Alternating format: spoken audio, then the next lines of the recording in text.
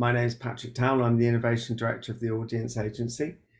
My visual description for those who can't see me is that I am a white, middle-aged, I'm afraid, guy with brown hair and glasses and a beard and goatee and purple and striped shirt. So there we go. I'm always looking forward to everyone else's self-descriptions. We will be sharing, along with the recording, the resources. We're not doing PowerPoint today. Everyone's had too much of PowerPoint on Zoom and Teams and everything, but we will kind of drop into the chat references to websites or other things that are discussed as much as we can. So we'll share that with you afterwards. Request to those of you who are participating, please keep your mics off. Automatic captioning is available via the live transcript button. And I'd encourage you to introduce yourselves in the chat. It's really nice to see you. Just be nice to have a hello from you. Could you rename yourselves, and ideally, as well as put your name, put your organization, because that's incredibly helpful for us and for colleagues. If we have questions or comments from you, that would be amazing. And also, we're not going to do Q&A from the floor live. We have too much to cover, but what we're asking you to do is to put comments and questions in the chat as we go. And then me and as the chair and the other speakers can attempt to respond to those as we go. So, and thanks, Chris, for kicking off the intros. That's fantastic. Right. The reason to do this is whether we call it levelling up or reducing inequality, creating opportunity, inclusive growth, whatever framing you put to it, there are significant funding opportunities in the UK right now. We've got the Shared Prosperity Fund. We have the round 2 of the Levelling Up Fund. Those are both UK-wide. We've got cultural investment as a theme in Levelling Up, and a whole set of intervention types within Shared Prosperity, which relate to creative economy, either kind of explicitly or kind of implicitly, that creative and cultural are kind of allowed within the kind of definitions of what those interventions that are potentially funded are. We also have the Creative Growth Programme from DCMS, the successor to the Creative Scale Up. I think that launched today. We have Cultural Development Fund Round 3, which launched on Monday. And then we have ongoing funding, often place-based or increasingly place-based, from Innovate UK and cultural funders such as Arts Council England, National Lottery Heritage Fund and Historic England, all of whom we are hearing from later. The creative and cultural sectors in the UK are really strong. Obviously, they reflect our diversity and individuality of the nations and regions and all of our places.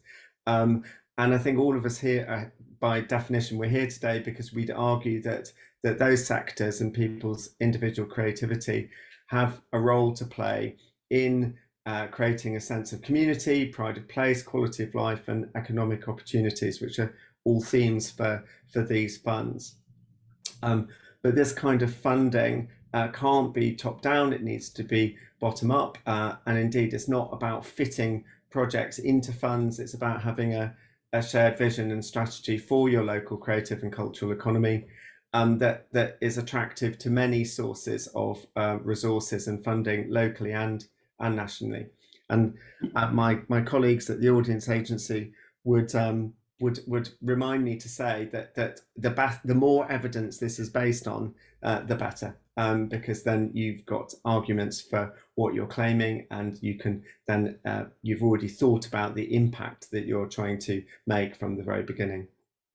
The co-design of these and development in partnership on a local basis is absolutely critical. And those of us that work in the creative and cultural economy know that even the different parts of that sector don't talk to each other, whereas these wider funds actually require connections out into not just tourism, but the wider public third and other areas of industry. And that collaboration requires shared vision and leadership from politicians, industry, creatives, and community in places. So today, as well as giving details of the funding available, we've got an amazing array of colleagues who are sharing case studies of different models of creative and cultural regeneration. I'm really looking forward to talking to them today. And so where we're going, the journey is skills and talent, innovation, thinking around creative placemaking and support to enterprise, then looking at the arts, culture, heritage funding that's available, and then talking about these kind of wider non-creative specific funds. And my most important job as chair is to get you out the door by 4 o'clock. It gives me great pleasure to introduce you to Sir Peter Bazalgette, who has kindly offered to kick us off, spur us on, and talk to us about the importance of the UK's creative industries. Thank you very much, Patrick. Good afternoon, everybody. I'm tremendously encouraged, if not excited, by how many people have come onto this session this afternoon, because you're all interested in the opportunities that the creative industries represent for placemaking, economic growth, and local quality of life. And as Patrick's already said, going through the menu, there's going to be a lot of rich content today and very stimulating content from a lot of people who have already done these things and know a lot about them. Now, the creative industries are a national priority. There was an industrial strategy in 2018 that made them one of the 7 priority sectors. And then last year, there was published by the government the Plan for Growth, and that is their innovation strategy now. And again, creative industries was one of the 6 priority sectors. And there's a reason for that. The creative industries over the last few years have been growing at 3 times the rate of the economy up to COVID. We've paused for breath during COVID. We expect that growth to start again from this year. It employs about 2 million people. We expect the creative industries, because it is going to grow, to create another 1 million jobs by 2030. We think a lot of them will be high-value jobs, jobs in the new economy. But this will only happen if we capitalize on the opportunities. Now, one of the roles I perform is to chair the Creative Industries Council, which is essentially a body that links the government to the creative industries sector to make policy to push the sector forward. And we are very busy making policy, because we're going to publish a sector vision in July, which is intended really as a 10-year policy framework. And we'll have a lot to say in that about the opportunities and the good news stories and the success stories of how it delivers local growth. Now, one of the things about the creative industries is that it's made up of many, many SMEs. It's probably higher in SMEs than pretty well any other of the larger sectors. And the thing about SMEs is you need local knowledge to know where the talent is and help SMEs grow. And we've heard national governments for years pay lip service to SMEs, but as a national government, you can't have a realistic policy to grow SMEs. It depends on local knowledge. You'll hear a bit later on this afternoon from my colleague Andrew Chitty and the creative clusters, which came out of the last industrial strategy. He'll tell you about the 9 creative clusters that have been invested in, and he'll tell you how 600 or more SMEs have been connected to university research excellence to help grow their businesses. And he'll tell you about how 50 million of public funds went in, has been matched by £200 million from the private companies in the various subsectors of the creative industries. And that's a sort of multiplier effect that Andrew will tell you about, that shows you the, if you like, kinetic power the creative industries have. But something we always like to emphasize, and Patrick's already referred to it, this is not just about economic growth. Why did Bradford successfully apply to be a city of culture in 2025? Because they know, looking at Hull and looking at Coventry, that in 2025, Bradford's going to get its name on the map. It's going to change its brand. It's going to change the mood of the city. It's going to make people proud to live there. It's going to change the outlook of people in the city and the outlook of people who look at Bradford. So it will improve the quality of life. Why in Prescott on Merseyside are they building Shakespeare North Playhouse? Well, it will have an economic delivery. In fact, they've been clear about that. But my goodness me, so much more. Have the world's greatest playwright performing in their own version of the Globe Theatre. And of course, they've all seen places like the Turner Contemporary in Margate and the difference that's made to the local economy, but the local quality of life. So local authorities are already on the march in this respect, are they not? We've got 35 of the 38 local industrial strategies feature in one way or another creative industries. 55% of the LEPs have creative industries in their plans. Not enough, I would say, but it's a good start. I think I'm right in saying that 70 out of 101 of the town bids feature creative industries as a primary or secondary priority. So the opportunity, and Patrick again referred to this, is that local authorities in the various funds that you can apply to now that this government has got running, and I'm not going to list them all, but I think we've got things like the UK Shared Prosperity Fund and the Levelling Up Fund. We believe that a creative industry strategy as part of a pitch for that funding is a very, very credible and compelling strategy. And we hope that the information you hear this afternoon will help you put those bids together. So you're going to hear more today about the critical alliances you need locally between business, local authority, and education to drive forward the growth of the creative industries, that we're all going to rely on those local alliances. And as I said earlier, knowing where the talent is. So my last point, let's always remember the bonus you get from the creative industries, not just economic growth, but better places to live, not just wealth, but also health in its widest sense. I hope you have a very rewarding afternoon. Thank you very much. Brilliant. Thanks very much, Peter. That's fantastic. And now we're going to move on to Emma Wilcox, who's the Project Director of Creative Estuary and also leads the Cultural Development Fund Peer Learning Network across the Creative Estuary, Worcester, Wakefield, Grimsby and Plymouth, and her colleague Alice Heggie, who's Skills Development Manager at Creative Estuary. And this is us kicking off thinking around skills and talent. Emma, over to you. Hi, good afternoon. So my visual description, I'm a white woman in my early 50s. I've got medium length brown hair, although I question whether I should say and grey, and I'm wearing a green dress and glasses with clear frames. I'm in a space which is both my office and my studio, and there are a series of paintings behind me. I'm just going to tell you a little bit about Creative Estuary, and then Alice will tell you in more depth around skills.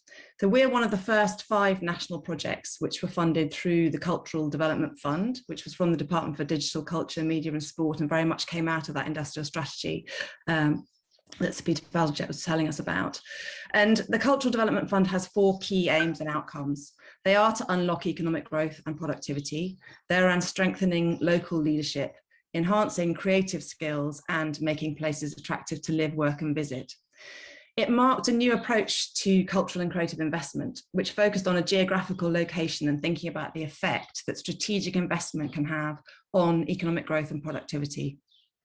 It's a pilot, and I'm always very pleased to say that. We can take risks, we can try new approaches, work with a range of new partners and test new models. And at the core of our work is our vision to forge a future founded on creative energy and innovation along the full length of the Thames Estuary. We're part of the Thames Estuary Production Corridor, which is an ambitious vision which was driven by our LEP, the South East LEP, along with the Greater London Authority, to transform the whole estuary through investment in creative industries. We're delivering 7 different work streams across 3 main areas of activity, and no, I'm not going to tell you all 7 of them. And we're going all the way from Southend to Margate.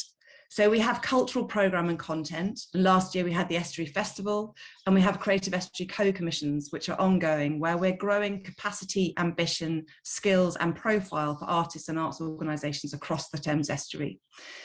We're also engaged in placemaking programmes with pilot projects in both Ebbsfleet and Purfleet, where we're looking to deliver new cultural production infrastructure. We're looking to influence and shape planning policy, as well as creating spaces for production, such as in our docking station project in the historic dockyard in Chatham, and also looking at High House Production Park in Thurrock. And we're delivering skills, training and leadership programmes, exploring new models and new routes into employment in the creative industries, and supporting those who are already working in the sector to become more resilient.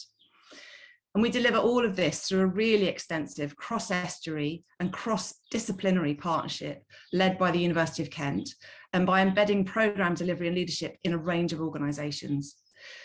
We're creating conditions for future investment in our region. For example, Medway Council secured £15.5 million from LUF 1 into cultural and creative industries infrastructure, including our docking station project. And in all of our work, we're committed to communities with the greatest need in the estuary, recognising that inequality is not about north and south, and that levelling up is needed at a really hyper-local scale.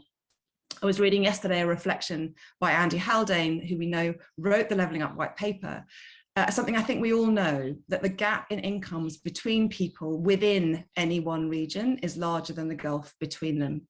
So inclusive growth has always been a key part of our ambition for the estuary, to ensure all of our communities can access the opportunities that we hope will come to our region and to play their part and reap the benefits. So Alice is going to tell you more about how we're doing that with and for young people. Hi everyone, I am Alice Heggie. I'm the Skills Development Manager for Creative Estuary. As Emma's just given you a little rundown of what we do, I am a white female in my mid-30s with very dark hair with a heavy fringe, and I'm also wearing a green dress today. So I'm going to introduce our project Regeneration 2031. Which is a skills development program for young people aged 16 to 25. So I'll introduce that, tell you a little bit about what we've been up to, and then I want to give you some things to consider when you're designing your own program. So the aims and objectives of Regeneration 2031, we set out to tackle skills development for young people in the Thames Estuary region, for them to progress into careers in the creative and cultural industries, and progress to become the next creative and cultural leaders of this region, while also capacity building for creative organisations and freelancers in the region, and grow opportunities for work and to keep local talent local. We have a habit of kind of losing people in this region up into London, so we want to draw that out. To do that, we developed 3 models for skills development. The first one is we created long-term paid entry-level placements.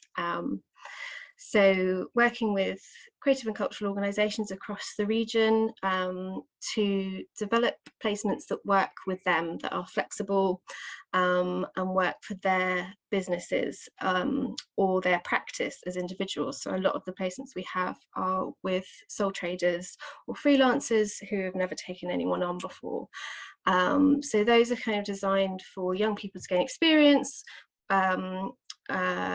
while the organisations and individuals hosting them can increase their capacity within their business or practice to hopefully take on more people in the future. We also have practice-based modular skills training programmes with groups of young people working together on live projects. So they're applying their learning in their practice-based modular program, they're applying their learning immediately on live projects, and that's running from creative production or music or curation, and that's very much co-designed with industry, either local CCPs or CPPs or charities or private organisations and the young people. And the final bit is kind of recognising that 50% of the creative industries is made up of self-employed people. So we have supported self-employment, which is a partnership programme between us, further education and higher education, supporting young college leavers out of further education into self-employment through boot camps and mentoring.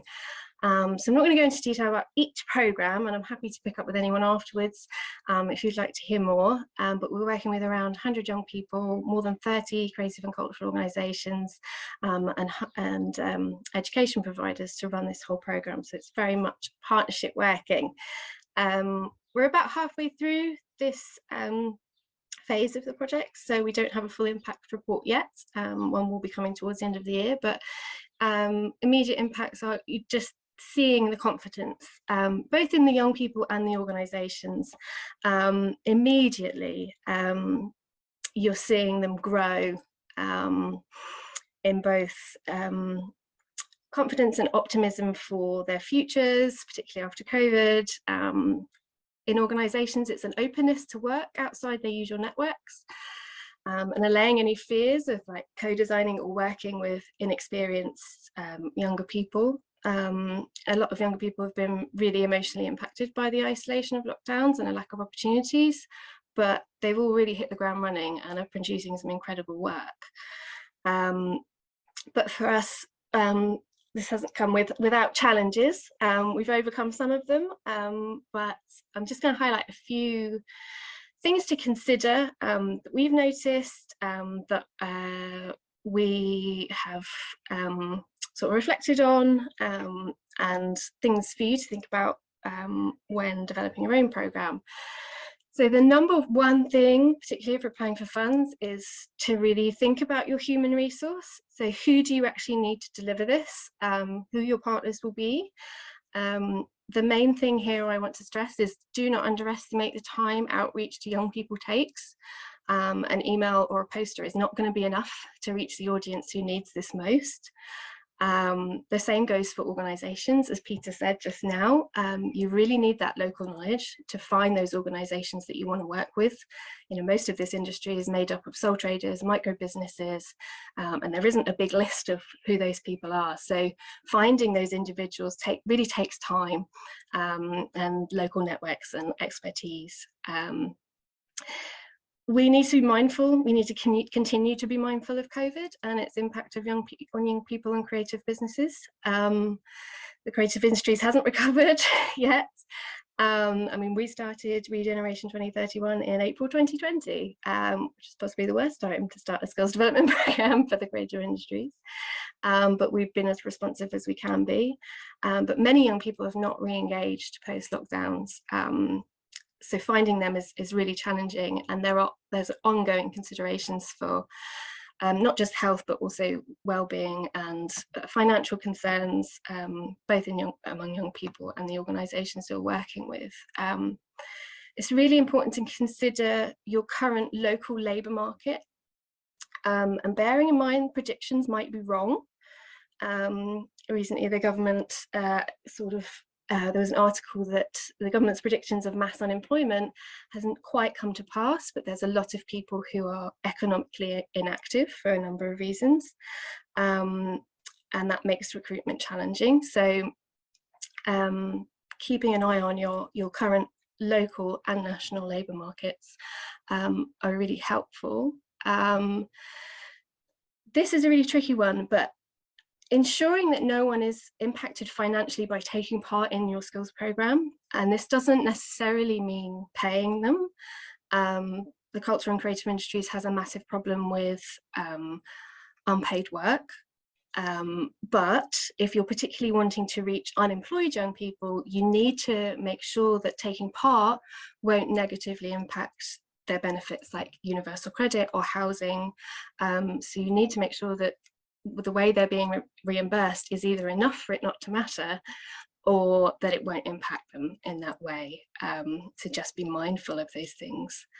And as Peter says just a minute ago, the creative and cultural industries will be growing, and if another 1 million jobs in the next few years are going to come through, we need to think about the young people coming into the labour market now, and in a couple of years we're going to have a problem filling those jobs. So think about the age group you want to work with. We work with 16 to 25-year-olds, but the lack of support for creative subjects in primary and secondary school, I would suggest we need to start a programme earlier to build back that talent pipeline. So yeah, think about working with young people, and I think that's all I really have to say. Oh, brilliant and perfect timing. Thank you very much. Well, actually, this is the point at which I'm going to bring in Sarah Novotny. And so, Sarah, you're in Greater Manchester, head of digital creative and tech at the Business Growth Hub. What's similar for you, and what's different in your circumstances? What have you found? I know you're doing more than talent and skills. You're developing businesses as well. Hello everyone. A quick description for those that can't see me. I am still in my 30s. White female. I am wearing a black cardigan, a black and white necklace, and I have very unruly blonde curly hair.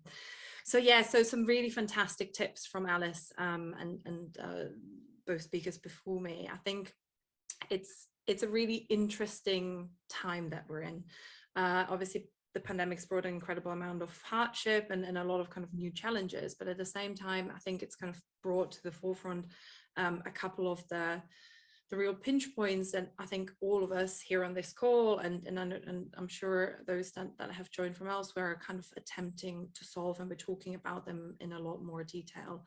I have the great pleasure and the great honor of being one of the 3 pilot regions for the Creative Scale-Up program. So Greater Manchester, West Midlands and the West of England have run this, have brought this to a really successful end of the pilot. And I think why I'm mentioning the pilot is because the pilot was sitting in the middle between all of the topics of skills in the skills pipeline that we need in order for this sector to thrive, the businesses, and yes, an absolute wide array of business types that make up the creative sector, but then also the funding that, you know, that could come from various different streams. And amongst all of this, we need innovation. Innovation comes from you know, the minds of those that are joining the sector that might be kind of coming into the sector from other sectors, but then also a wealth of kind of cultural backgrounds and different schools or thoughts of school. So it's been a really interesting 2 years. I think I've, as my title says, I also work with the digital and tech sector. So very different needs in terms of business support that was needed. But what came out very loud and clear was a big need for a talent pipeline. And I think the creative sector in particular has always had its challenges in terms of attracting a varied kind of crowd of talent. And I think right now we have a real opportunity through the creative tech sector, which seems to be a lot more accepted by kind of early career decision makers as real jobs, as an entry into the creative sector. So I think this is a really interesting element. Sarah, when you say early career decision makers, do you mean people's carers and parents telling them not to do these silly creative jobs which aren't real jobs? Absolutely. Okay. And this has been, you know, a conversation that I've been quite frankly having for years with colleges, and you know, by the time people are in university, they seem to be able to make more of their own decisions, but yes, certainly in kind of in colleges, it is the parents that are, and especially again from kind of minority background groups, that are just worried about careers in the more kind of traditional creative sector and cultural sector. I have noticed, and you know, I'm not just speaking for myself, but for a wealth of my colleagues, if we now speak about the games industry, for example, or kind of virtual reality, or anything that kind of falls into that creative tech sector, it seems like there is more of an acceptance. And you know, I guess the salaries have also made around, so certainly it is more acceptable to focus on that as opposed to, you know, the traditional engineer, lawyer, or medical fields. I can certainly say at the audience agency that we know well know that the digital creative folk are in demand, and salaries zooming ahead of other parts of creative and culture. And you've kind of set me up for the next section to talk about innovation. But one last question to you, if I may, just about this idea of business support, enterprise support to entrepreneurs and entrepreneurship within that. I think we know, but perhaps it isn't so obvious to some in local business support delivery, how different the requirements for that enterprise and entrepreneurial support is in the creative sector. So I just wondered what you'd found or demonstrated, or what the kind of scale up program had shown about that. I think very loud and clear, the creative sector operates very differently to other sectors. Please, please, please don't use kind of a cookie cutter approach. I think we've kind of come to agreement. The terminology that we often use in business support, such as scale ups and things like that, they can't be one-to-one applied to the business models that the creative sector is running at. With that comes a certain amount of an absolute need for thought leadership, for local thought leadership. I think this is reoccurring themes that we keep hearing. We can't, again, we can't apply a one size fits all, not on a national level, but then also not on a subsector level. So it's kind of, we're kind of going from a bigger funnel to a smaller. What does that mean in practice? It needs to be modular. It needs to be flexible. A lot of kind of business in this sector is done on a project basis. We shouldn't discriminate based on employee count, because again, the sector comes together for certain projects and then disperses, works together for 6 months, a year, and then disperses. So the support needs to be tailored to that. The support also, I think, needs to be ambitious. The creative sector is a thought leader in terms of how we want our society to look like and what we can do. So think about the sort of leaders that you want to have in your region. Think about the ambition, the bigger ambition. Think about diversity, inclusivity. Think about innovation, because one feeds into the other. And then also, and I think this is really important for us as kind of supporters, is be that bridge between opportunity into other sectors, but then also an opportunity into, as I said, placemaking, and try and connect that and try and really make sure that support features all of that. It's a tall order, but it's doable. Fantastic. Well, look, thanks very much. I could talk to you for the rest of the 2 hours, but in fact, who we have next up is Andrew Chitty, Professor Andrew Chitty, who's the Challenge Director for Creative Industries at UKRI. And Andrew, I think you were going to kind of pick up that innovation baton and look at a particular kind of business support and engagement with the sector that the creative clusters model has been evangelizing and supporting. Yes, absolutely. I'll just do my audio descriptor first. So I am a white, bald man in my mid-50s with a beard and glasses. I'm wearing a grey polo shirt, and I'm also wearing a rather fetching, I'm wearing a rather fetching lanyard for XR Stories, which is where I am in York at the launch of their new Creative Innovation Lab, which is a great new facility from one of our clusters. What we've been doing over the last 4 years really is trying to find out how innovation can drive local economic growth in the creative industries, and I stress local. So these are place-based initiatives. You'll hear far more from the esteemed professors Moore, Russell, and Lewis, who are coming up talking about this. Is, it's absolutely essential. At the heart of this is understanding local knowledge, place, and the engagement with those businesses. So I won't go into details about that. They'll speak much better about that. But what we've been trying to do is establish how this works. So it's easy to say innovation. The creative industries are very innovative, but what actually does that mean? And what do we need to support them in their innovation and drive economic growth? Because I think the thing we all recognize is the creative industries are incredibly powerful drivers of local, not only growth, but of employment and skills, both within the creative industries and beyond. But creative businesses are by and large, and we've already heard about freelancers, creative industries are by and large small, and the smaller end of SMEs. So they're incredibly innovative, but they're also small. So when it comes to adding capability through research and development, and what's the point of research and development? It's to create new products or services or experiences that they can sell, and the companies can grow. They can provide these high quality jobs in a local basis. So how can we help them? And in the words, I think,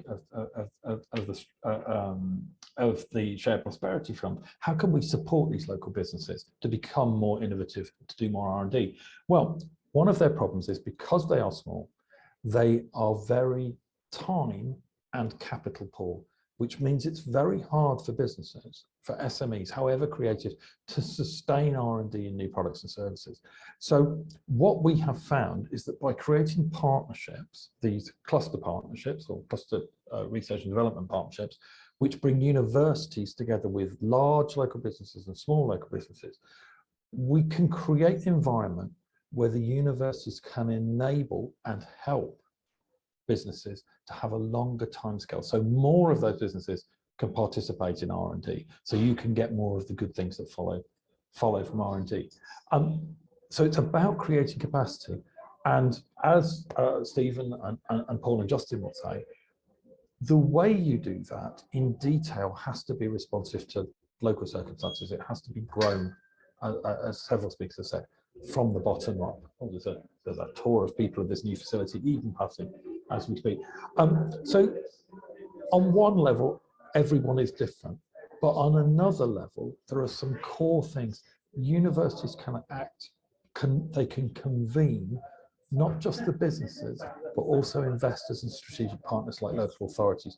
They can add capacity, they can add expertise, because creative businesses need access to research expertise across a multiplicity of disciplines.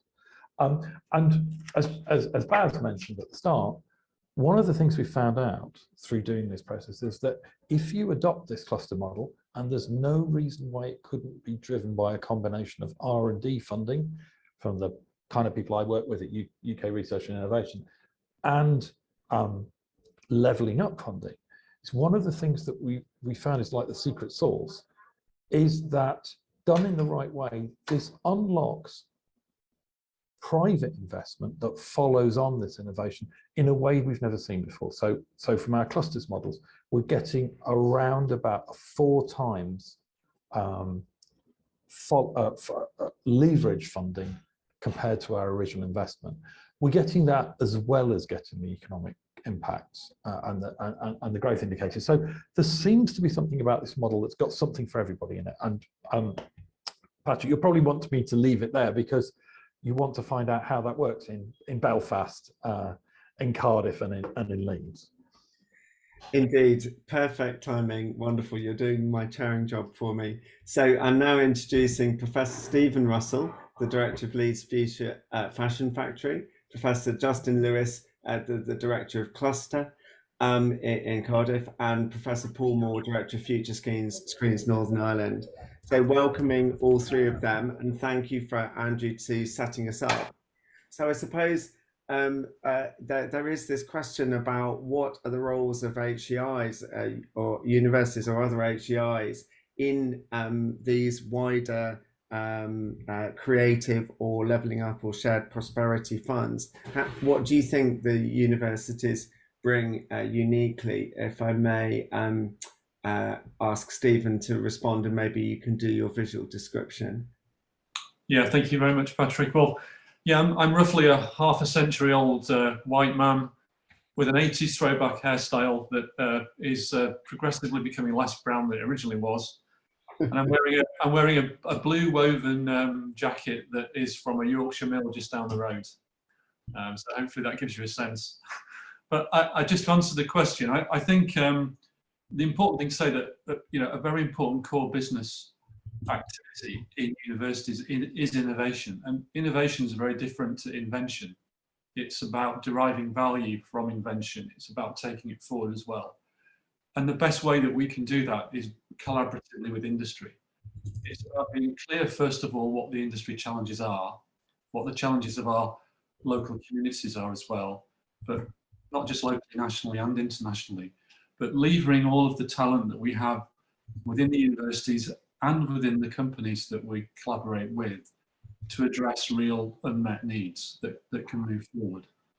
So, I mean, in a nutshell, that's how I see it. And that then creates really good alignment between what we're doing as academics, the research that we do, and the companies that we're working with, giving them the opportunity to take ideas forward so that they can develop their businesses. And by businesses, I mean startups with one person we've been creating businesses as well as working with existing ones, and putting very small businesses together with very big businesses in very unusual ways, which has led to some incredible creative output. Amazing. Well, thanks very much. And maybe if I could bring in Justin here, just in terms of the particularities of Wales, Cardiff, perhaps thinking around rural areas. I just wonder what's been particular, as Andrew was saying about the ground up, bottom up. What's different about your cluster than the other ones? Just firstly, yes, I'm a salt and pepper haired male coming to you from my hotel room in Bergen, Norway, which is where I am at the moment, on a delegation with my cluster. 4 of our companies are here networking and developing their contacts in Norway.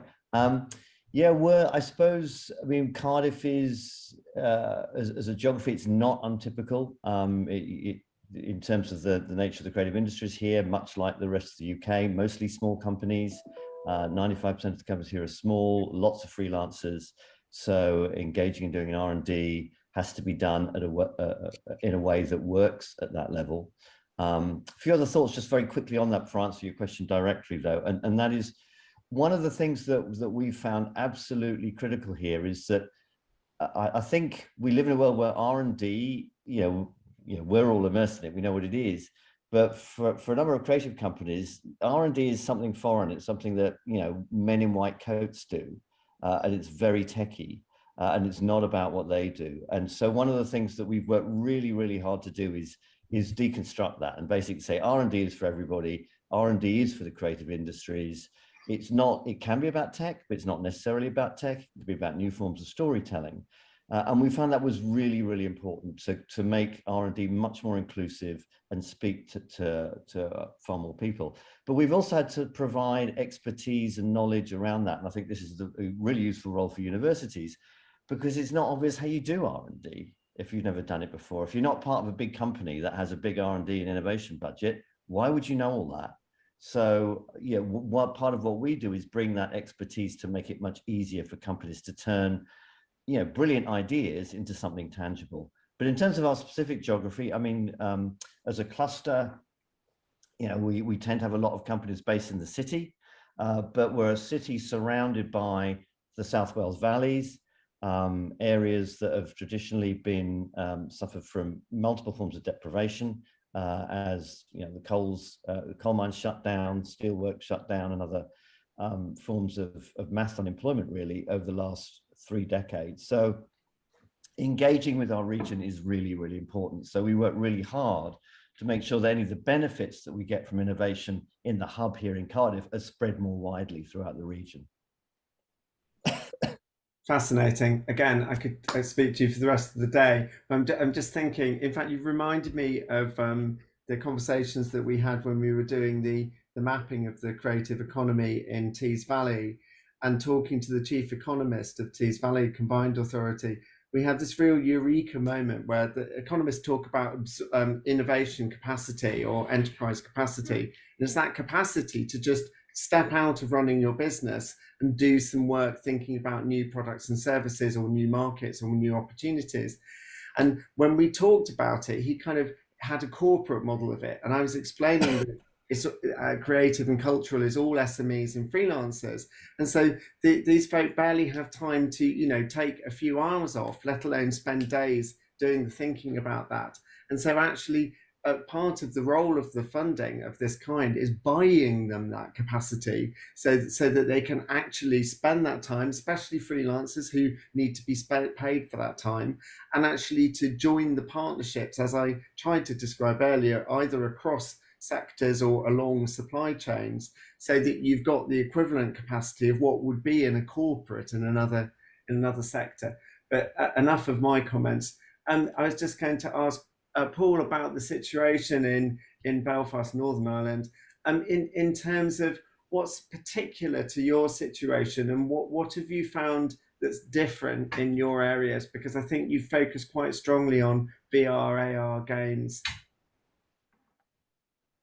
Good afternoon, everyone. I am a very old and very unattractive white male with white hair and a beard, which is the only significant part of me, to be truthful. And I'm wearing my best black shirt. I think to answer the question, Patrick, we had a vision for the cluster right at the beginning, where such was the enthusiasm for the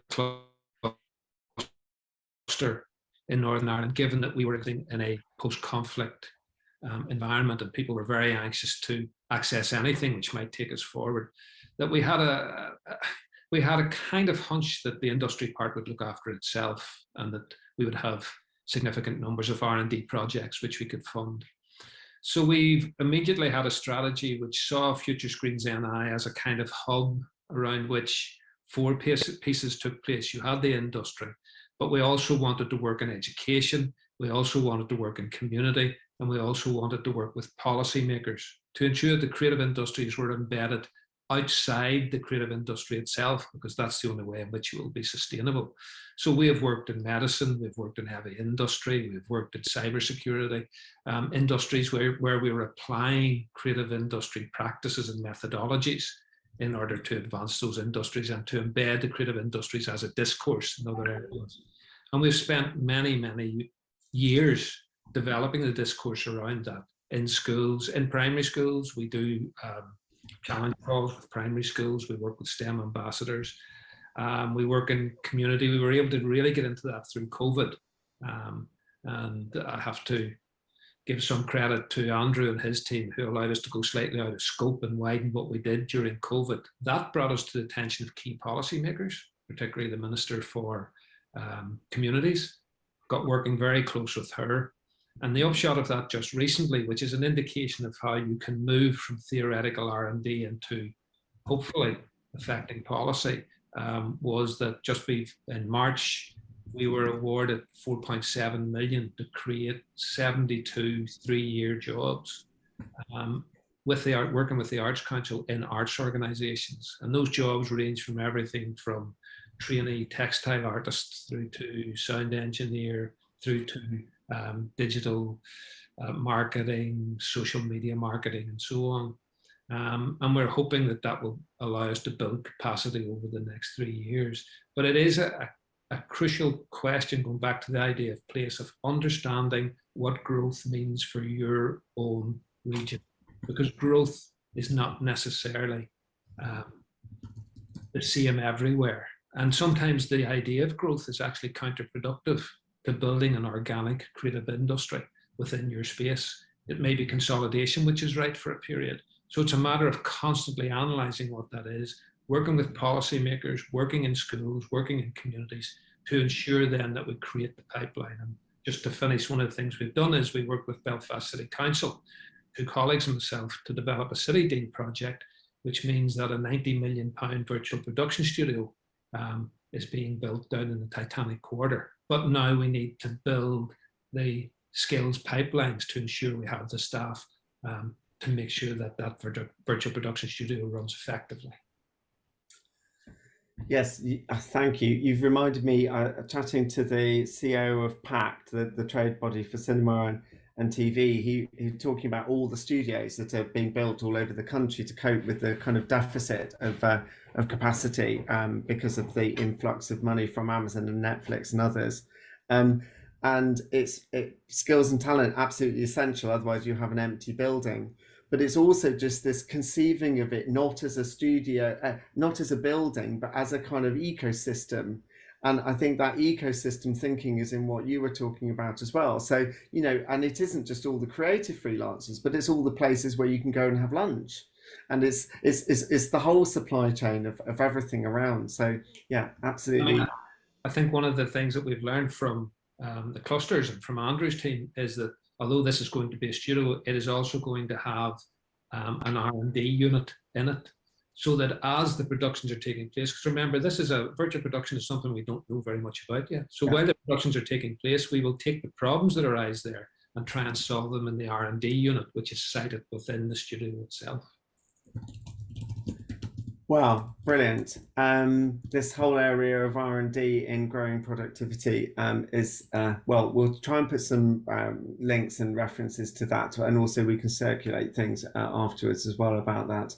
I'm mindful of time and my overriding duty to make us finish on time, so I really thank all of both the first and second group of speakers. And now I'm going to move across to Zach Wilcox, who's an economist in Arup City Economics and Planning team. Zach, I think you're going to tickle our brains with some ideas and your experience of working with the Towns Fund and other creative regeneration projects. Yes, definitely. Thank you very much. So I'm in my mid-30s. I'm a white male with short hair, glasses, a short beard, and a very brightly colored plaid shirt. Just a little bit of work. So I've been leading the Towns Fund Delivery Partner Program, working closely with 101 towns over the past 2 years to develop their town investment plans and deliver transformative projects in their places. As a delivery partner, we provide technical assistance and support, and importantly, we work with towns, not for them, to support their delivery of their projects, which in total are around £2.4 billion. Arts, culture, and heritage projects account for about 20% of the projects and just under £500 million of investment that are coming through the program. So there's a lot going on, and it's great to see that there are some Towns Fund councils in the audience. I'm going to share some examples and some stories today. So sorry if I've missed you off and you're doing great work. There's 101 and I can't talk about them all. But in particular, I want to highlight some of the town stories that we've collected to really bring a human element to this kind of role of creative arts and culture into placemaking and place shaping, and that pride of place that we see as important to leveling up. One of the things, the key thing that I could get across if I could just give one message to people who are thinking about trying to attract investment, in particular through some of the leveling up funds or other government funds, is the importance of kind of building on your local strengths and engaging with your local community to build a strong strategic case and narrative for how creative industries and culture can drive economic growth, can drive pride of place, and those things that are going to tie people in a community to investing in its success. So building that strategic narrative and having this golden thread from here are our challenges and our opportunities, here's the investments that we want to make, and then the outputs and outcomes that will come from that, so that you have a really strong theory of change and you can clearly articulate the benefits of making those investments in creative industries and culture. That's really important for setting yourself up for success, not only just for a funding bid, but for actually implementing a plan and a strategy that's going to make a difference for regeneration, since a place in economic growth in your area. Fantastic. Thank you very much. And this is the point, having set us up with that, I now have the pleasure to introduce Marcus Harris Noble, who's the Croydon Creative Enterprise Zone and Croydon Music City Manager. Bill Boler, who's the Partnerships Director at West London Business for the Hounslow Creative Enterprise Zone. And Armin Nouri, who's the Programme Lead for Culture and Creativity Spaces at Culture and Community Spaces at Risk in the GLA. So welcome to all three of you. So just wanting to get your responses to what Zach said, and also just some of your individual experiences of the very particular circumstances of where you're working. So maybe Marcus, you could talk to us about the Creative Enterprise Zone in Croydon. Sure. Just to quickly describe myself, I'm a black man in my mid-40s with short but rapidly greying dreadlocks, and I'm sitting here wearing a green shirt in my office / DJ / recording booth in the Suffolk countryside. Just in response to what we've heard so far, so the Creative Enterprise Zone programme is a GLA funded initiative that takes a hyperlocal approach to cluster development in the creative industries. There are currently 6 zones across London, out of which I look after one in Croydon. Going back to that, what Zach was saying about the local story, our our theme really that runs throughout our creative enterprise zone is based largely around music, as that's what Croydon tends to be known for. We all know about Stormzy, but we also know about The Damned, Captain Sensible, Saint Etienne, Kirsty MacColl, Mad Professor. The list goes on, a range of artists that have come out of Croydon over the last 100 years. In terms of the Creative Enterprise Zone, it started back in 2018 and operates across 4 key pillars: the development of new production space, skills and support for the creative sector, growing the community around the creative industries, creating those on-ramps into it, and influencing policy such as reduced business rates or tapered business rates for new entrants to the sector as a means to attract inward investment and new players into the area. A key challenge for us really over the past few years has been the pandemic, as it has been for everybody. We've had a focal point for our program, which has been the Borough of Culture program. We've secured the London Borough of Culture for 2023. So a key part of the work of the Creative Enterprise Zone has been strengthening the sector in order to ensure it can deliver the key parts of our Borough of Culture program. Through the pandemic, we were able to direct funds to where they were needed most. And as much as we had our freelancers who had fallen through the cracks were able to bid in for an average grant of £500. We helped over 40 freelancers access that fund, as well as our key partners in the sector and the creative industries who are going to be responsible for delivering key parts of the program. Were able to share in £35,000 worth of funding just to get them to the point of recovery, which is where we're at now.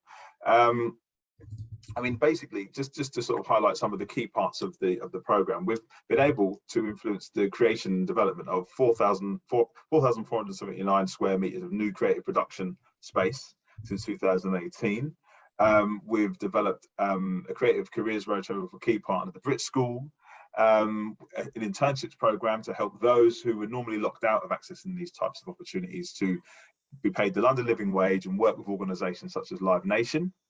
A series of work experience programs, work with our FE and HE partners through an ESF funded program of skills development for the creative sector, establishing a culture network for our sector and a creative directory to ensure they have higher visibility and know who's here, development of a cultural infrastructure map, research into the music sector, and to work alongside organisations like Sound Diplomacy to help us develop Croydon's music ecosystem, again, responding to what we heard before about that ecosystem approach, developing the music ecosystem of the town. So, looking at venues, looking at artists, looking at people who are teaching music and the other ancillary services involved in the sector to help us have a more rounded view of what that sector is and where we can direct funding and investment to ensure entrants into the sector can have the greatest chance of fulfilling their careers here.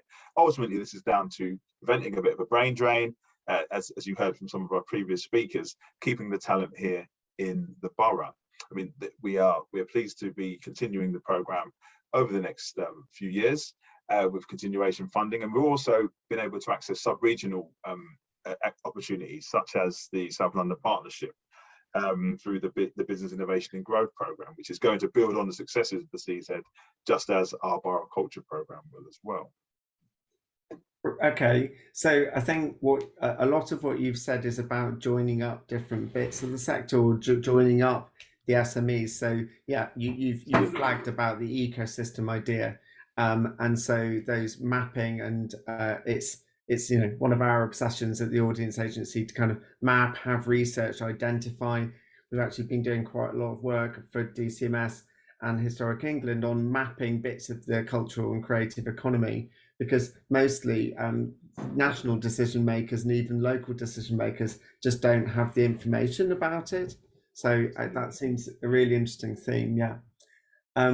Actually, can I bring in Bill at this point just to hear about I think it's quite a lot of media in your area, but just the relationship between that part of London and central London, because there must be two different kind of poles of activity for media there. Sure, thank you. My name is Bill. I am a Black man with an American accent because I am American. I am bald, but I would encourage you to envision Idris Elba with glasses for the remaining of my call. I think that would serve you better than the truth. As stated, I represent the part of the team working in the Hounslow Creative Enterprise Zone.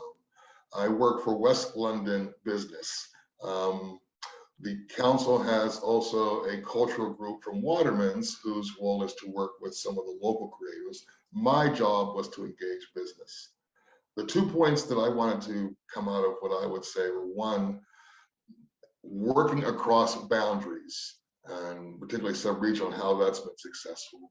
And two, a phrase what I would call strategic opportunism. So in terms of working in Hounslow, in the preponderance, we have a lot of TV and media companies. We have Sky in our area, we've got Chiswick Park, some Disney offices, Discovery, but not a whole lot of connection with them. And it became apparent very quickly that if I was going to have some success engaging the TV and film and screen industry, as well as the players, I wasn't going to get far if I was presenting a Hounslow only model. And so I was encouraged by several players to why don't you work across West London a little bit more sub-regionally. That would give you a little bit more flex, a little bit more players, and make myself more valuable to the industry. So during COVID, I was able to spend a lot of time with the support of colleagues from the GLA and of the council to get to know the regeneration team, the cultural team, the employment team at some of the surrounding boroughs and understand what their issues are. And because we were working in the same way of working on space, skills, network innovation, I started to understand, well, what land holdings do councils have? What sites, what properties? Once I could speak about properties across West London, Film London, Department of International Trade, were able to make introductions. So I was able to talk to everybody from 3 Mills to the major players. Because once you're able to talk to them about land, they're interested in you. And if they're interested in you, then you can raise skills and everything else. What it's allowed me to do is introduce investors to the Hounslow team and a range of others. It's allowed me to, behind the scenes, put together a West London bid for the Mayor's Academy Hub, which we were successful, which means that as a creative enterprise zone, I now have 3 pots of money to work from as opposed to 1 who was originally assigned. It's allowed me to gauge all the FEs and HEs. And right now we're doing an audit of the complete training offer across West London. So being able to find that, part of our challenge is that we've got 54 media and comms courses from the 8 institutions and only 3 teaching virtual production. So again, it's starting to learn to sort of roadmap and build an infrastructure of understanding how the place works in West London. So much I want to say, but let me jump over to the next one about strategic opportunism. That allowed us to be, there's a lot of work to be in the right place at the right time. And for us, by working with what I would call the middle management of the surrounding councils and so forth, you start to hear gossip and scuttlebutt. So around November of last year, we became aware that several councils had additional ARG money that they needed to get out the door. We made the case, well, you should really focus on the creative sector. Let us help you get it into the hands of creatives. We were pushing on an open door, but they just weren't thinking that way. So long story short, we were able to distribute about 3 million quid to, about $1.5 million to about 12 different creative businesses in West London. But again, it was by making the case, building the relationships and finding out things about whether the Creative Academy Hub or ARG funding or some other opportunities, which I would love to expand on. But it's that strategic opportunism, which I think is one of the reasons we've been successful, because there's just so many things that come up that you don't know about that you have to find out to make the case. And because of that success, now the council is listening to us when we're asking for dedicated funds from 106 money, because we've been able to prove ourselves. So this is the kind of Section 106 money that you get from developers. Okay, I think that neatly pulls us across to one of Armand, one of your stories about a kind of community asset that was at risk. I don't want it to be the only point, but I was fascinated by that story that you had. Thank you, Patrick. Yeah, perfect segue. Hi, everyone. Armand Nouri. I lead the Culture and Community Spaces at Risk program at the GLA. The best way to describe ourselves is a program that exists to support culture and community spaces that are at risk across the city. We're a program that's been in existence since 2016 and was formerly known as the Culture at Risk Office. And so the focus for the first 5 years was really on cultural spaces, music clubs, theatres, artist studios, galleries. And last year, we expanded our focus to also look at community spaces. So youth clubs, community centres, adventure playgrounds, community gardens, a much broader array of spaces. But as all of you on this call will know, of course, very much at risk across the city. So the way in which that support is provided is through a variety of different tools, which really span from advocacy to lobbying. We have a lot of interaction with the planning system. We have a lot of interaction with fundraising and funders. And as the GLA, often use that strategic role to convene and mediate between organizations and key stakeholders. So it's a real wide array of tools at our disposal. And nothing that we offer is a normative package. Nothing is picked from the shelf. Everything is really involved in conversations with organizations on the ground. In terms of the Section 106, this is obviously something we rely on when we can. And the example which Patrick was referring to, and it's certainly the one that we speak about most widely when it comes to Section 106, is our support for the Joiners Arms. For those that don't know, Joiners Arms, historic LGBTQ+ space on Hackney Road, nighttime space, very important for the community, not just in London, but also nationally.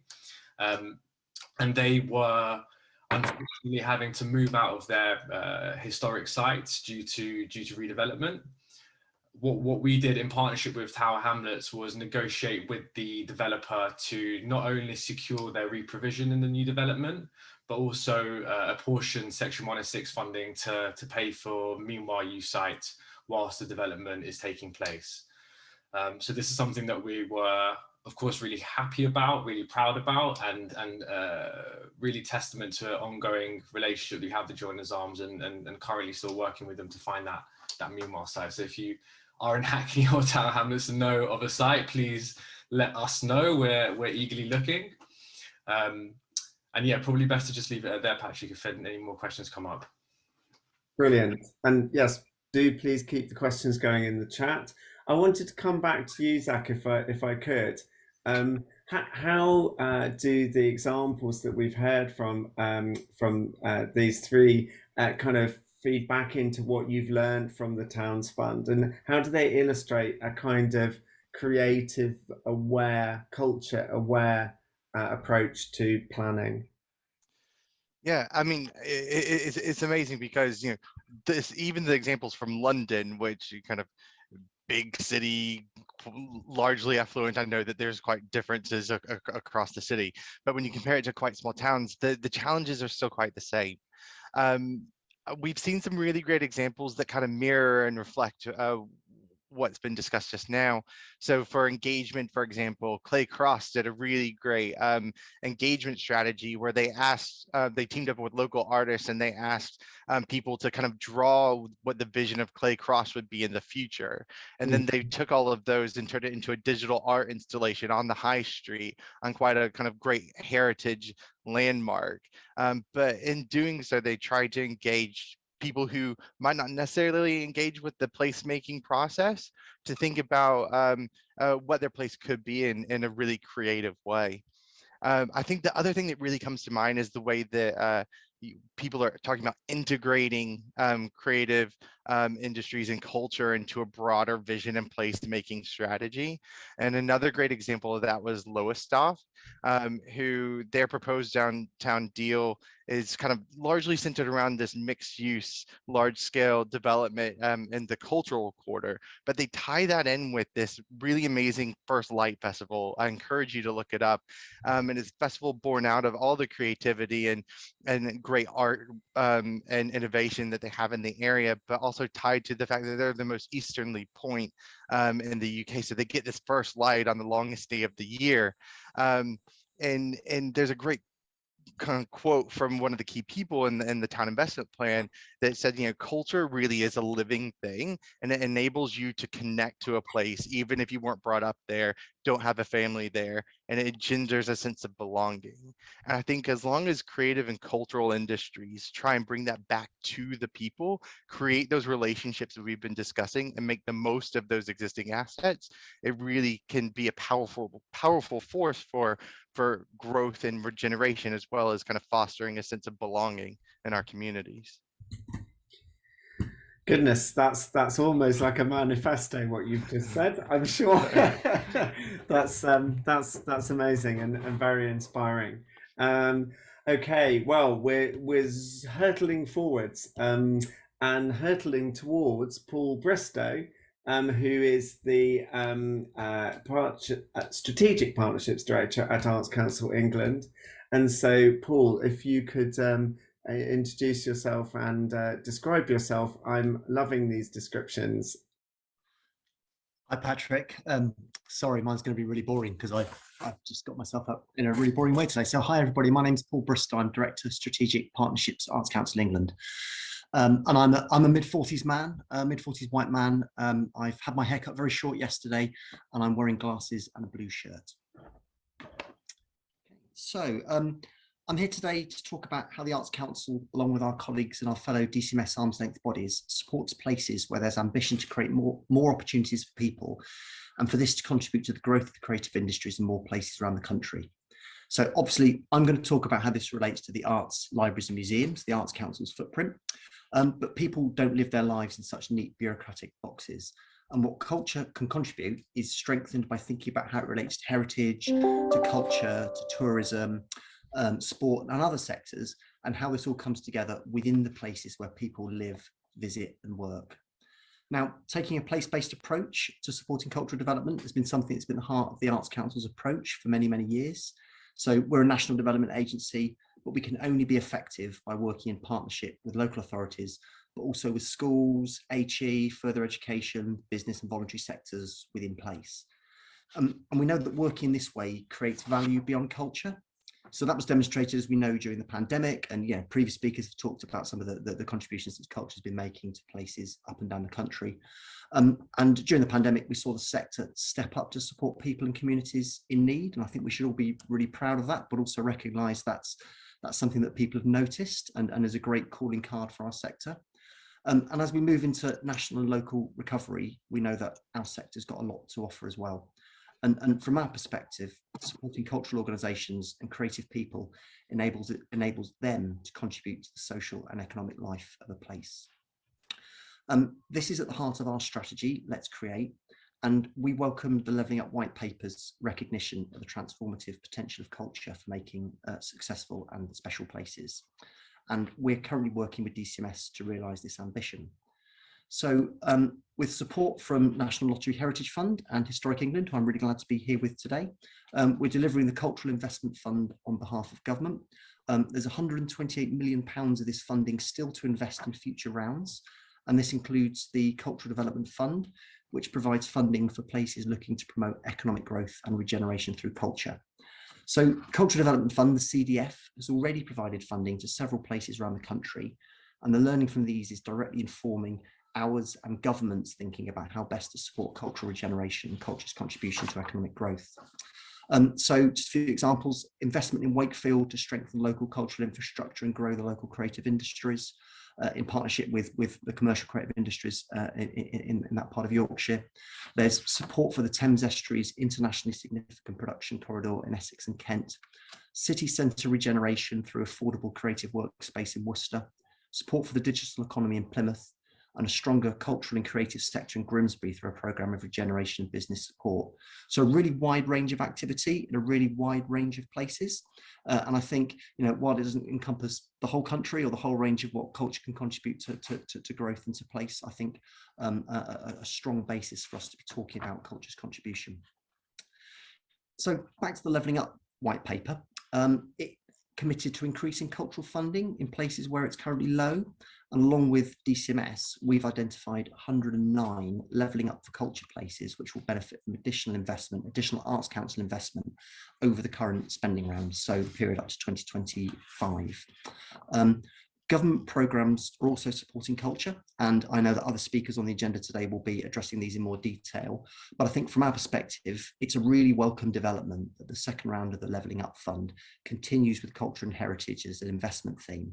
And if you go and look at the prospectus for the UK Shared Prosperity Fund, you can see that culture is running through the 3 investment priorities of that fund as well. And I think UK SPF is a really important opportunity for our sector because revenue funding is important. So, of course, we welcome the opportunity of stronger infrastructure that came through the capital funding of the Stronger Towns Fund and the Levelling Up Fund. But we know that in our sector, it's people that make the cultural sector work and grow cultural opportunities. And it's important to invest in their capacity. So that's why we think UK SPF is vital, because it can provide revenue funding for skills, talent development, business support. And these are the things that cultural and creative people and organisations need to be able to do more. Back to our partnership with the other DCMS arm's length bodies, not just NLHF and Historic England, but we're working alongside National Lottery Community Fund, Visit Britain, Sport England and the British Film Institute. And together we're supporting our sectors to engage directly with these government funding programmes. So we've developed online support for applicants to both the Stronger Towns Fund and the Levelling Up Fund, and will support combined and local authorities as they develop their UK Shared Prosperity Fund investment plans. As I said, we think this is a really important opportunity for our sector and our sectors more broadly. Practically how to access some of that support that's beyond the online stuff. We've set up things that we're calling area town groups, which are one-stop shops for our agencies. We've all come together and they operate regionally, where local authorities and partners can engage with us as a collective and help to get the right support to realise local plans and ambitions. And then back to what we as the Arts Council can offer to partners in place. We can talk to you as you develop vision and strategy. So what is it you want to achieve? What do you want culture to do for people in your place and for your place over a period of time? And this might include how we work in the longer term with local and combined authorities as they negotiate devolution deals with government. We're quite keen on the process of devolution. We think it will give us much more stronger actors in place that we can partner with to make that step change for culture. So do talk to us about your ambitions in terms of devolution. We can help broker engagement with cultural organisations, not just the ones on your patch, but those operating regionally and nationally. There is no such thing as a place without culture. Every community has its own rich cultural life. And part of that is the arts sector operating through the country. And we've got a key role in nurturing this through our national portfolio. So 800 organisations across England, ranging from major national institutions to local arts organisations, library services, museums, touring companies. It's the backbone of our national cultural infrastructure. And these organisations receive regular revenue funding from the Arts Council. We're currently assessing applications for our 2023 to 26 national portfolio, and announcements on that will follow later in the year. We can also help you build capacity in place for local cultural development. So our recent place partnership funds provide investment for this. And we in DCMS are also supporting a network of cultural compacts across the country. So these are local place-based partnerships between the cultural sector and other local sectors that are important. And they build the strategic partnership and potentially delivery capacity for the cultural sector in place.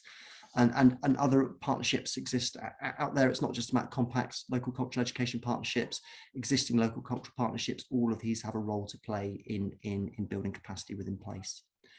Other funding opportunities from the Arts Council, so our National Lottery project grants, open access programme to support cultural activity. We've got our capital investment programme. In 2023, we're going to launch our Reset and Innovation programme, which will support organisations to develop new business models. We can provide expert advice through our digital culture network, through our capital team. And really importantly, we work with local partners to share good practice. So we collaborate with the LGA to make sure that good practice is being shared with the local government community, and we've published a number of evaluations of our programs that I think are good in terms of sharing learning about what makes for good investment within place. So a recent example of this is the evaluation of the Great Place programme, which we delivered in partnership with National Lottery Heritage Fund. But there's a range of content that can provide that kind of insight on our website. So just to conclude, it feels that this is a moment with some opportunity. So government has put culture at the heart of its vision for successful places. That's there in the white paper. That's a commitment that has been written down. And government funding programs are making support and investment available for that. And we know that there is the already existing ambition and long-standing expertise in making culture work for place that exists in local government and its partners and within local communities. And the Arts Council, along with our fellow DCMS arm's length bodies, are aligning our support with these developments. So I think I'll just conclude by saying that there are lots of opportunities we think it's worth having a focus on and thinking about how we can exploit better. And we're really looking forward to working with you to work out how we do that. Thank you very much, Paul. That's great. That's set up the kind of panel that we're having. So I wanted to introduce both Isabel Hunt from the National Lottery Heritage Fund, Executive Director for Business Innovation and Insight, and also Owen Lloyd-James, who's the Head of Levelling Up and Places Strategy at Historic England. So welcome to both of you. And so if I may start with you, Isabel, just to hearing what Paul said, there's a range of things available from the Arts Council to support place-based and area-based work. How are you seeing it from the heritage point of view? Hi, Patrick, thanks for that. Do you want me to do my kind of... I should ask you to do that, please.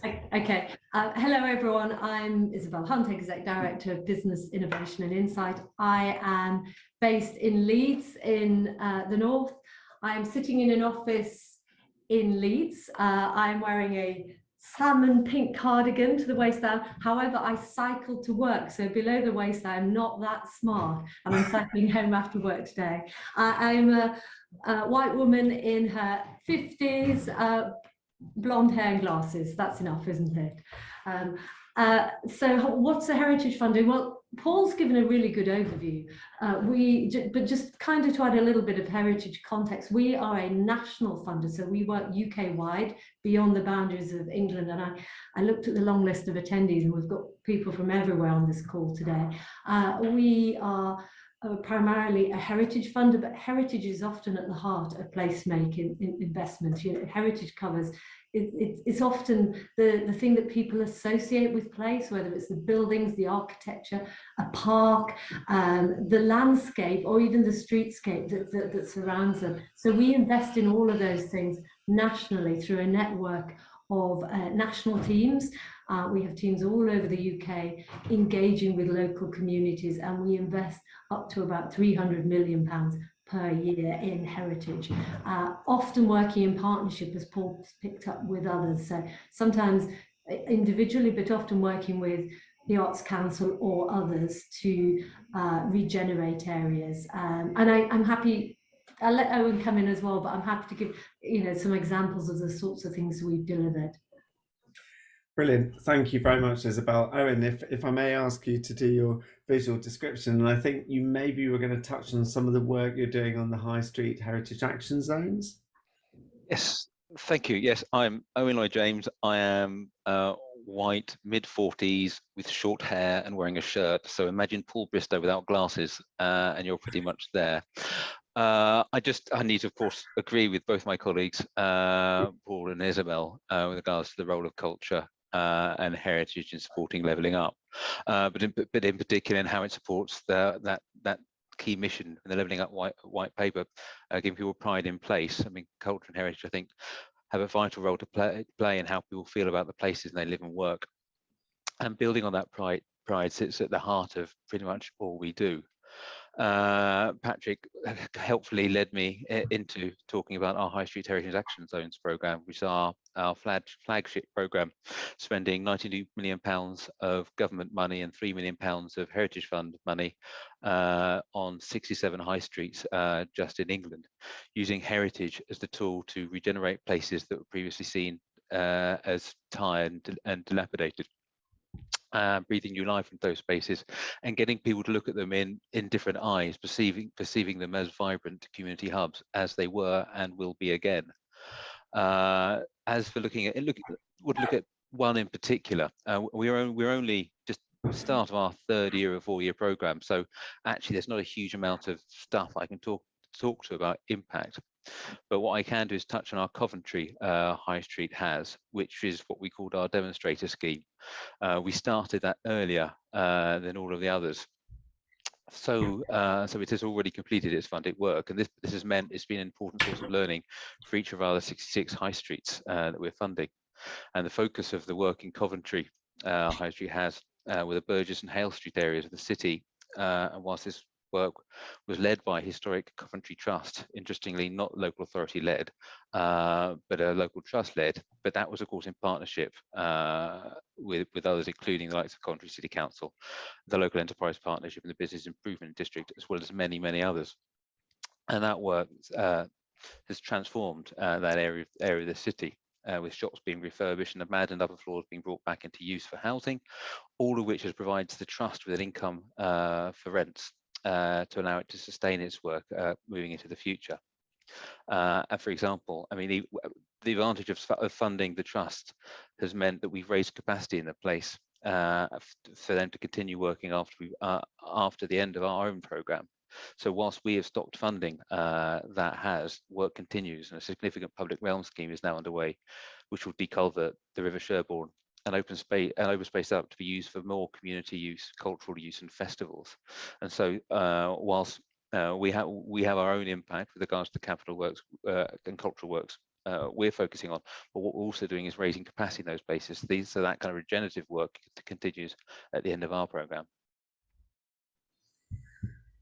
Well, and I know from colleagues, Penny Mills, who's the director of consulting at the Audience Agency, I think we're your community and culture evaluators for that program, and I think what it shows is how difficult when you have different places which are so different to create a kind of coherent way of evaluating them. And it's the same at the other end of the spectrum of kind of pulling together the bids and making the business case, which is that there isn't a kind of identikit toolkit for how you make that case, is there? You have to kind of make it very locally, and yet in those national bids, they're going to be considered, you're going to have one bid considered against the other. I mean, a question to both you, Owen, and Isabel, how do you think you can create more national ways of comparing the economic and social impact of, in your case, heritage? Well, I think if I can just come in first, I think it's slightly harder than that, because for our High Streets programme, it sits between the Future High Streets programme and also the Architectural Heritage Fund Transforming Heritage Through Places programme.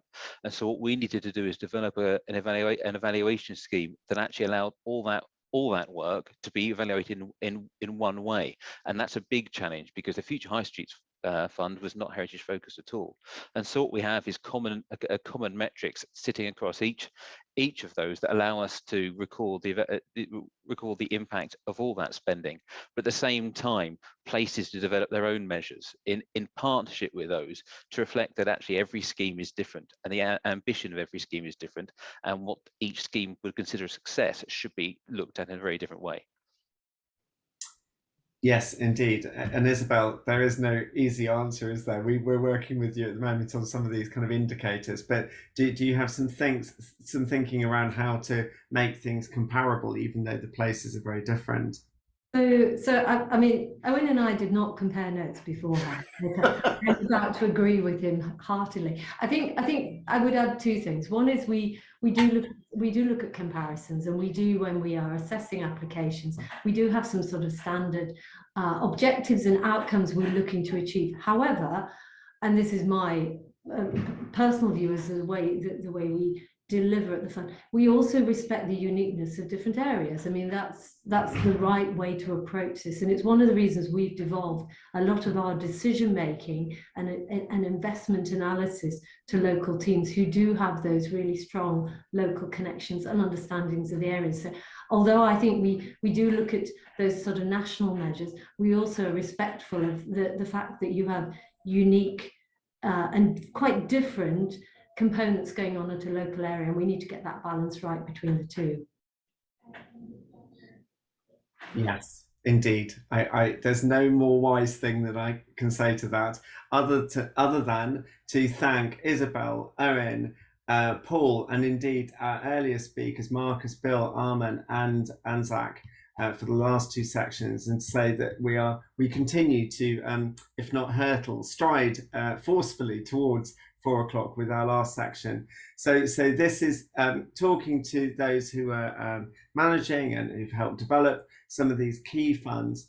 And so I'm bringing to the podium, as it were, Chris Taylor from the Department for Levelling Up Housing and Communities for Shared Prosperity Fund, Eleanor Rees, Department for Digital Culture, Media and Sport for the Creative Development, I'm going to get that wrong, Scale Up Fund, it's not called that either, Katie Harrison for the Levelling Up Fund, and David Legg from Innovate UK, looking at kind of regional place-based funding. And as I've said the wrong fund name, Eleanor, and it's launched today, can you correct me, please? Yeah, hi Patrick. It's a Create Growth Programme run by DCMS, which is launched today. Would you be prepared to do your visual description and actually kick us off talking about the fund? Yes, of course. So in terms of a visual description, I'm a millennial female. I'm with long blonde hair and glasses. I'm based at the moment in a 16th century farmhouse with some very impressive beams behind me. I'm half British, half Malaysian. In terms of sort of an overview of a fund, so the Create Growth Programme is a £17.5 million DCMS programme. It aims to support high growth potential creative businesses outside London to access private finance, which will help to allow them to achieve their growth potential and drive wider economic benefits within regions. So it aims to build on the success of DCMS's Creative Scale Up pilot to provide 6 regions in England outside London with a bespoke package of support for high growth potential businesses and to build investor networks. So in terms of a support package, it would comprise 3 complementary strands. So this is bespoke business support targeted at the creative industries with the aim of building businesses' management skills and understanding of different sort of finance routes and options to support wider business growth. We've heard numerous times today the importance of having something really targeted at a particular nature of sort of creative industries. So that lies at the core of this programme. Another strand is around investor capacity building activities, which aims to increase the number of private investors willing to invest in creative businesses outside of London through educating them about investment opportunities in the sector and providing sort of networking and pitching events to connect them with businesses. And then there's a third element, which is new and expands from the pilot, which is targeted finance support to selected businesses that can demonstrate how this finance is going to act as a stimulus for growth and unlock investment through leveraging further private investment. In terms of sort of the delivery of a fund, really we're aiming to have this delivered at a local level with sort of regions delivering the business support element. So the aim of this is really about sort of building local capacity, resources and infrastructure in areas that will continue to support creative businesses beyond the programme. This will help sort of ensure that the programme leaves a lasting legacy within regions, so developing thriving and sustainable local creative ecosystems, which will allow sort of the most favourable conditions to start and grow creative businesses, creating sort of a pipeline of creative businesses within regions, which can benefit from things such as knowledge exchange, transfer, skills transfers, and sort of networking, which will help to sort of drive wider economic growth within regions and of course help deliver on some of the government's levelling up objectives around both pride in place and also supporting increased productivity and economic growth, because we know that the CIs are a really fast growing sector and will be essential to the government's sort of agenda on this. Amazing. Thank you very much indeed. I think you've prompted me to go across to Chris. And Chris, I'll ask you a question, but if you can do your visual description first, that would be fab. Eleanor's talked about a particular kind of business support that's particularly around leveraging in private finance to support growth. But there's a whole range of interventions in under your fund, say around kind of smart production, R&D, innovation infrastructure, incubation and acceleration, and kind of business support in that whole kind of business support strand of the fund. Are you welcoming project proposals which are very much delivering that kind of business support but focused on the creative sector? And given it's been a theme throughout the whole event today, how it isn't generic business support because of the way that they're SMEs, that the way they're so project based, the particular business models. How do you see that working? Okay, good afternoon, everyone. I'm Chris Taylor. I'm probably middle-aged, you'd probably say, grey beard, round black glasses, and I've got a very similar shirt to David and Paul, so very blue shirt today, and I'm in a Newcastle office. So to pick up the question, I mean, I think the UKSPF is delegated delivery, so it's to be designed and delivered locally in response to local needs. Allocation right across the UK to individual local authorities, in some cases small districts, but also allocations at the mayoral combined authority level as well. So what we're interested in is a combined package of interventions set out in an investment plan that reflects the local needs and opportunities, that reflects the broad range of sectors that are available, exist in a place, and emerging opportunities, including, of course, the significant contribution that the creative industries can play to, as has been said before, kind of pride in place, belonging, regeneration. So I think I'll answer the question around business support, but I think also just to flag, communities in place is a key part of our agenda as well. We want to encourage and engender that pride in place. And as part of that, we want to root cultural and creative activities in a place. We want to foster pride through interventions that support cultural institutions, arts, creative and cultural activities.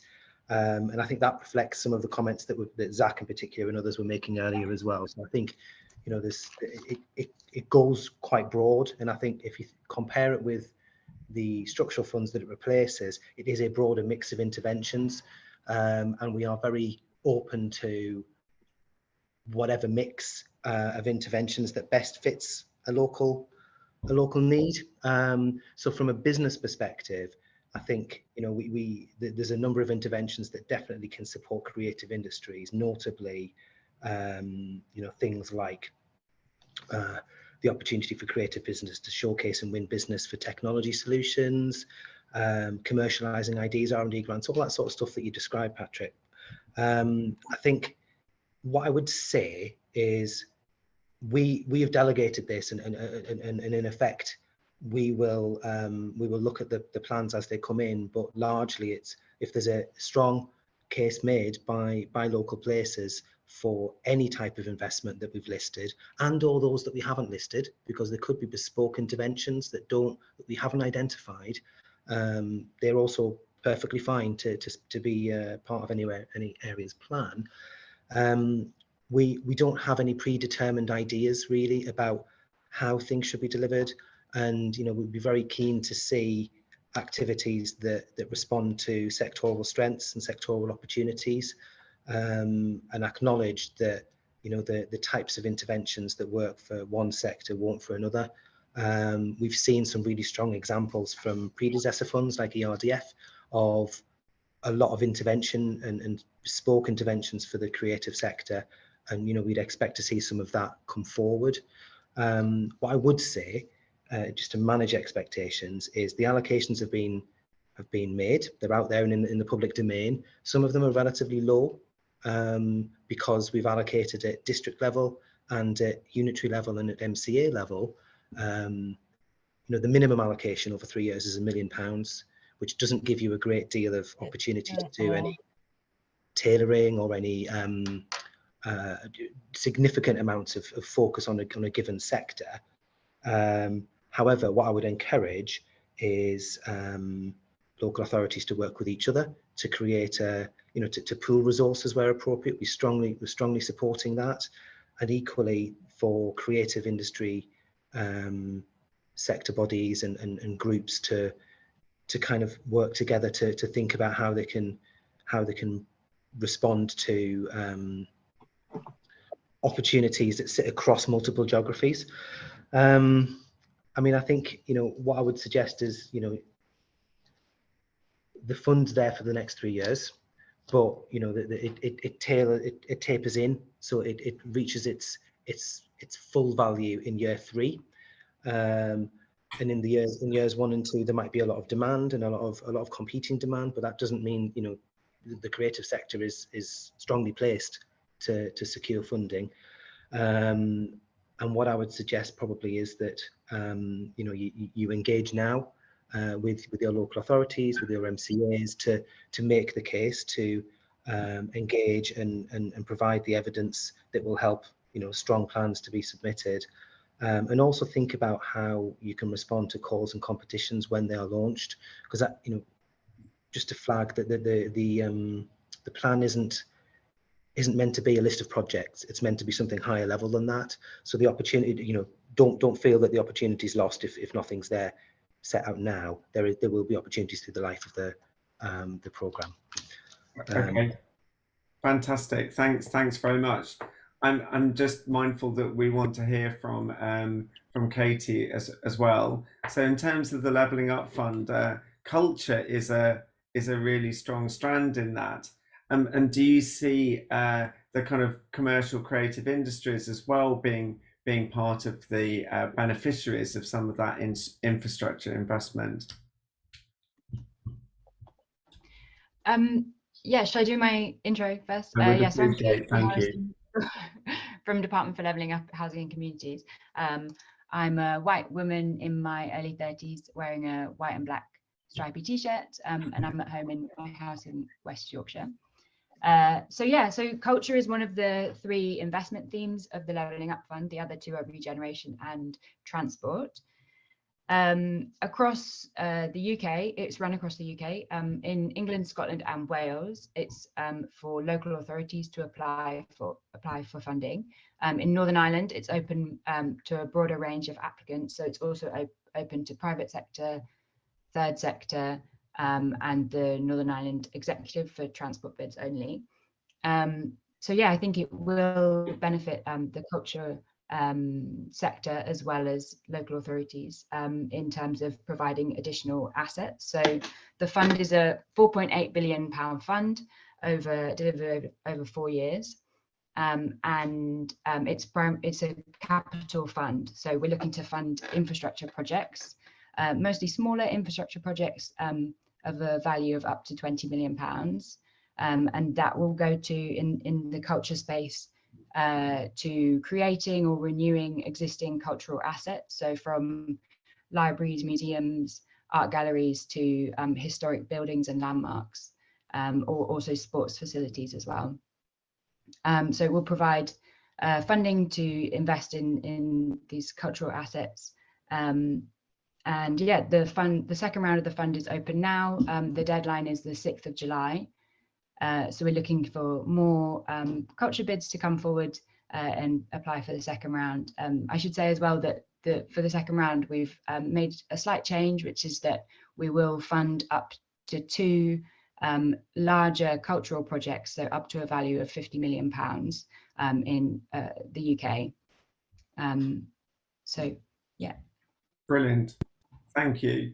And I just wanted to make sure that we heard from David Legg from Innovate UK before we finish. So David, would you mind doing your visual description? And also, I think your funding is ongoing. It's not a particular kind of time-limited fund, but I know that you have been evolving a more place-based approach, haven't you? Yeah, that's right. Thank you, Patrick. So good afternoon, everybody. My name is David Legg. I'm Regional Manager at Innovate UK. I cover the London and South East region. I'm a white male wearing glasses in my 50s, early 50s. I'm wearing a blue shirt, and I'm working at home today in my office in St Albans. So yeah, just to flag up really the opportunities that Innovate UK is here to support and come alongside the fundings. We published our plan for action last year, which set out the creative sector, technology sector as a key element that we'd like to get behind and support. We're obviously a national agency. We cover the whole of the UK. So I'm one of a number of regional managers. We've got 7 covering England, and also we cover the devolved nations as well.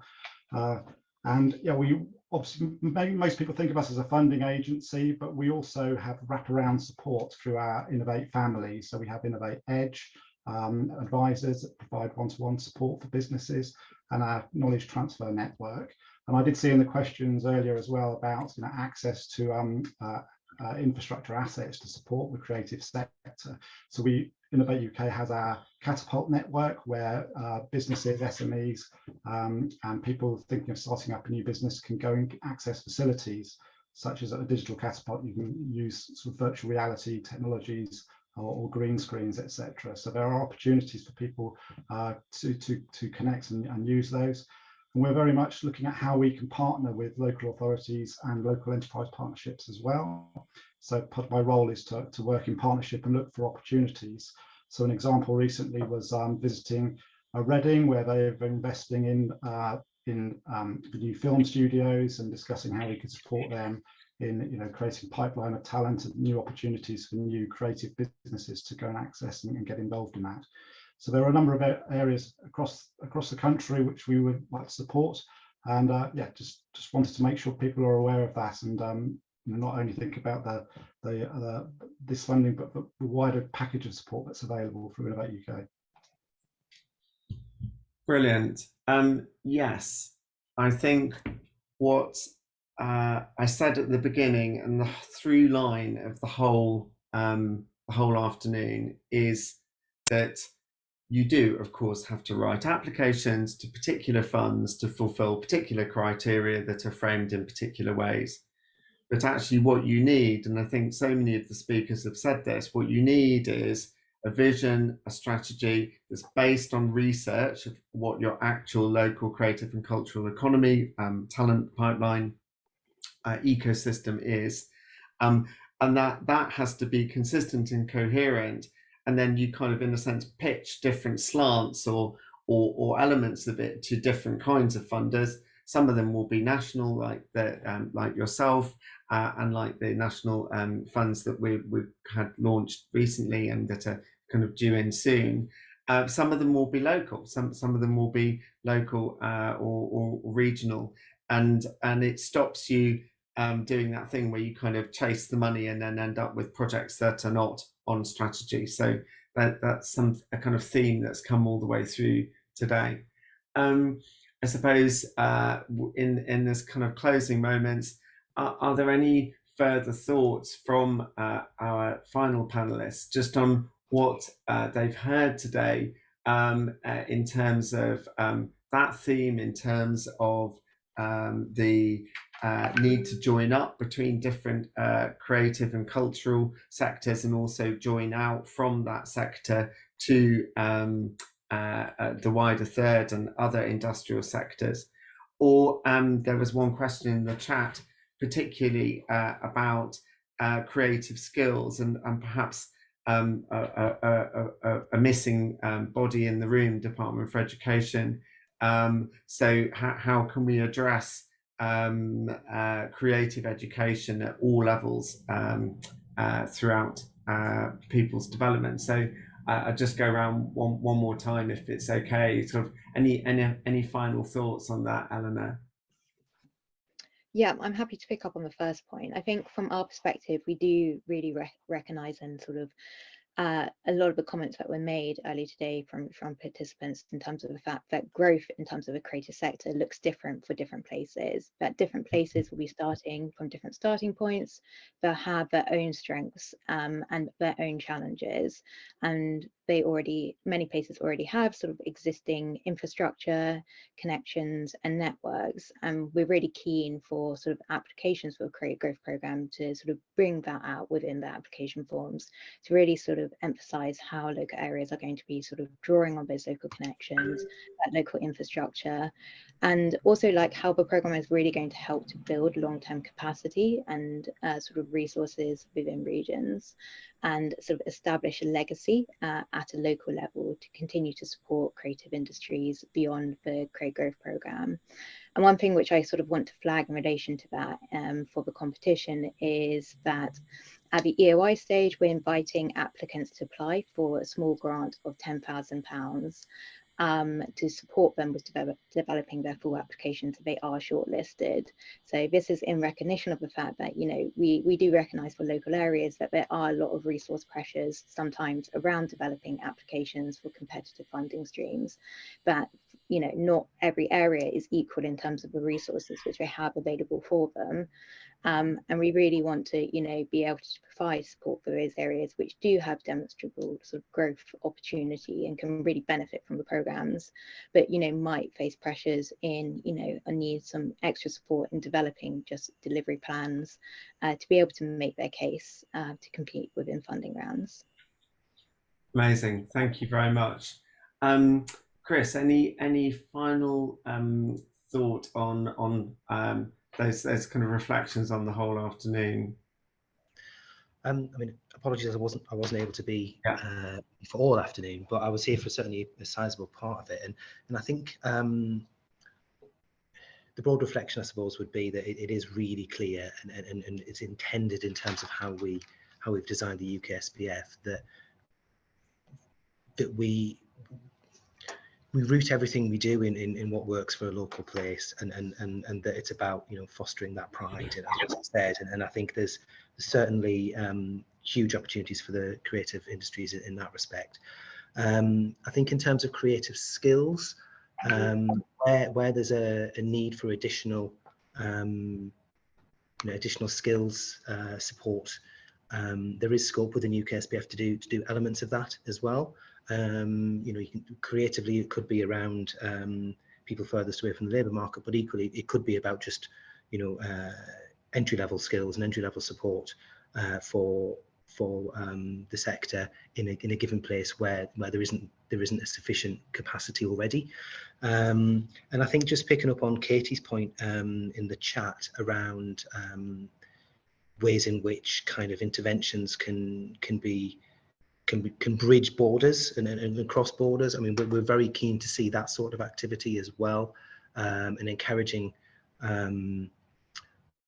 local authorities and other partners to think more broadly and think, actually, I've got a counterpart in another part of the country, not just immediately adjacent, that it may well be worth engaging with and developing proposals for, and that might be part of the answer in terms of some of the issues that she raised in terms of the International Festival and the Fringe. Brilliant, thank you. And Katie, a very swift final reflection, if you have one. You don't have to have one. I think just that obviously a lot of the discussion earlier in the session has been around the sort of more people-based interventions. Obviously the Levelling Up Fund is a capital fund, so we're looking to invest in the places where creatives can come together and work together and collaborate. So yeah, but we really do recognise the importance of cultural assets in sort of improving and transforming local places and their communities, and having a sort of visible impact of levelling up. Yes, and as you also mentioned, that kind of role of creative workspace that Owen and I have talked about before. Brilliant. David, a final conclusion, if you wish, and then I'll move us to thank yous and those things.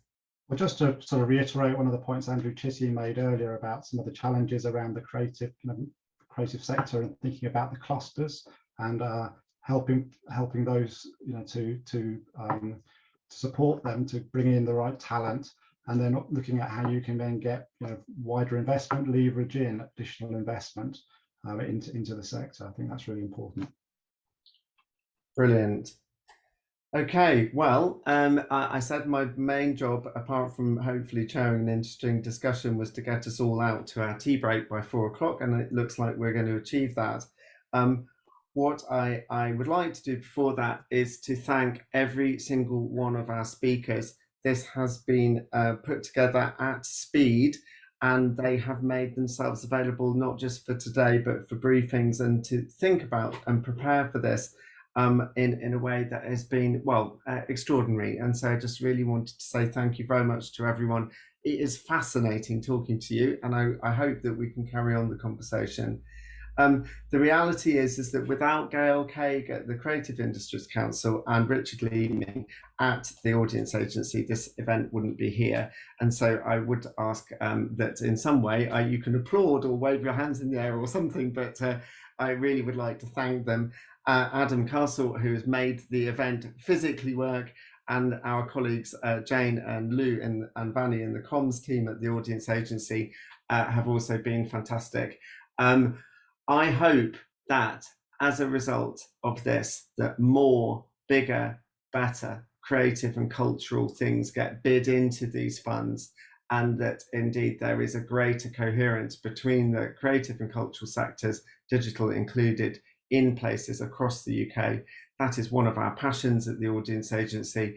And indeed, if you want to talk to us about what we do, which is about mapping and research and strategy and planning for all of that kind of stuff, very specialised in arts, culture, heritage, but also very interested in the wider creative industries, please do. And I think my colleague Richard is about to put his contact details in there, but also will include those in the pack that we send out, which will be a kind of collated version of the chat and the links and the video.